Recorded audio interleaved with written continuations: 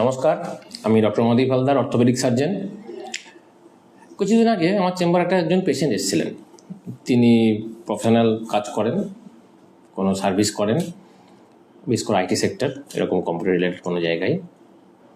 এসে বলছে, আমি ব্যায়াম করি একটু একটু, কিন্তু আমার না সব জায়গায় ব্যথা, সব জায়গায় ব্যথা, এখানে ব্যথা, ওখানে ব্যথা, সেখানে ব্যথা, খুব ব্যথা। হ্যাঁ, অনেক কিছু টেস্টও করে এনেছিলেন উনি, কিন্তু তাতে তেমন কিছু রিলেভেন্ট কিছু পাওয়া যায়নি। সব কিছু বাতের প্রোফাইল, রিমোটের প্রোফাইল পুরো করে এসেছিলেন, তাতেও কিছু দেখা যাচ্ছে না, সব কিছু ঠিক আছে। তো ওনাকে সাথে কথা বলে যা বুঝতে পারা গেল, উনি সবসময় খুব স্ট্রেসে থাকেন, খুব চিন্তা। এটা হচ্ছে না, ওটা হচ্ছে না, বসের চাপ, এটা পূরণ হচ্ছে না, টার্গেট ফিল হচ্ছে না। তো যখন কথা বলা গেল তখন উনি বলছেন, আমার খুব স্ট্রেস, কয়েক বছর ধরে এত স্ট্রেস যাচ্ছে, আমি নিতে পারছি না। যার ফলে দেখা যাচ্ছে বিভিন্ন জায়গায় কিন্তু ওনার ব্যথাটা থেকেই যাচ্ছে।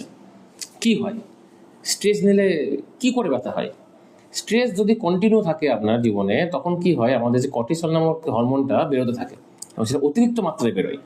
তখন সেটা আপনি এবার সিডেন্টারি লাইফস্টাইল করছেন, ঠিক করে এক্সারসাইজ করতে পারছেন না, তার মধ্যে হরমোন নিঃসরণ হচ্ছে, তাতে হাড়ের ঘনত্বকে আরও ভঙ্গুর করে দেয়। কিছু কিছু মানুষের এমনি হাড় ভেঙে যেতে পারে, যে পড়ে গিয়েই হবে সেটা না। আগেও যেটা বলা হয়েছিল, হাড় আগে থেকে মোচড়কে ভেঙে অবস্থায় পড়ে দিয়ে পড়ে গেছেন আপনি।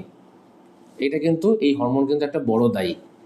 তো স্ট্রেস কিন্তু আমাদের এই বিভিন্ন জায়গায় ব্যথা, বেদনা, হাড় ভাঙার ক্ষেত্রেও কিন্তু একটা এই হরমোন কিন্তু খুব দায়ী। সেটা কিন্তু পেছনে দায়ী কিন্তু সেই স্ট্রেস, চিন্তা, অতিরিক্ত চিন্তা।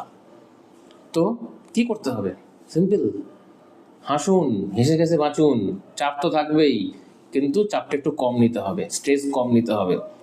সবসময় ভালো খাবার খাবো, এগুলো করব, কিন্তু আসল জিনিসটা নিজের শরীরটাকে দেখবো না, এটা কিন্তু হবে না।